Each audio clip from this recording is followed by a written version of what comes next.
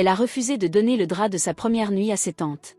Et sans le savoir, ce refus allait marquer le début de la destruction de sa vie. Samira est née dans un village où la tradition n'était pas un choix, mais une loi.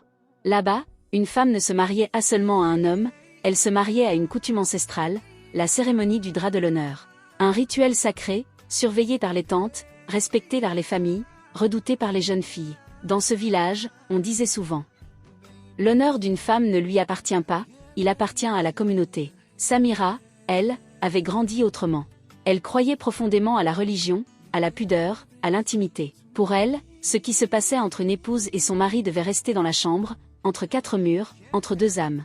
La tradition du drap, elle la voyait comme une intrusion, une mise à nu publique de quelque chose de sacré. Un jour, près de la rivière, alors qu'elle était venue puiser de l'eau, le destin la croisa. Hassan, le fils du roi.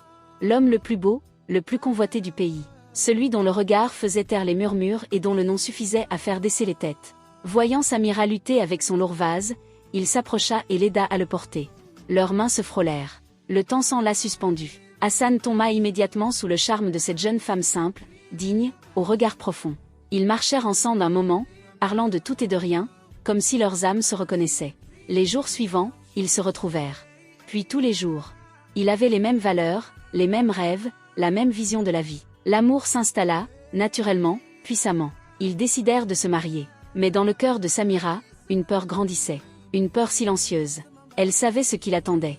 Un soir, elle trouva le courage d'en parler à Hassan. Elle lui expliqua sa position, sa foi, son refus de cette cérémonie qu'elle considérait comme une violation de leur intimité. Hassan l'écouta longuement, puis répondit avec gravité. « Samira, ce sont nos traditions. Et moi, je suis le fils du roi. Je dois montrer l'exemple. C'est une question de culture, d'honneur et de respect envers nos ancêtres. » Ces mots la laissèrent perplexe. Pour Samira, la valeur d'une femme ne devait pas être jugée à travers un drap. Les semaines passèrent. Puis les mois. Et le jour du mariage arriva. La cérémonie fut grandiose. Des danses, des chants, des rires, des bénédictions. Tout le royaume célébrait l'union du prince. Puis la nuit tomba. La première nuit passa, dans le silence et l'angoisse de Samira. Au matin, les tantes entrèrent dans la chambre nuptiale. Leurs regards étaient durs, impatients. Elles réclamèrent le drap, pour vérifier, pour juger, pour valider son honneur. Samira se leva, droite, tremblante mais déterminée. « Non. Je ne vous donnerai rien. Ce qui s'est passé ici concerne mon mari et moi. » Un silence lourd envahit la pièce. Puis les cris éclatèrent. Les insultes, les accusations. On l'accusa de vouloir salir l'honneur royal, de détruire la tradition, de défier les ancêtres. Les tantes criaient, hors d'elle. C'est à ce moment précis que le mari de Samira entra dans la chambre royale. Et ce qu'il allait dire laissa tout le monde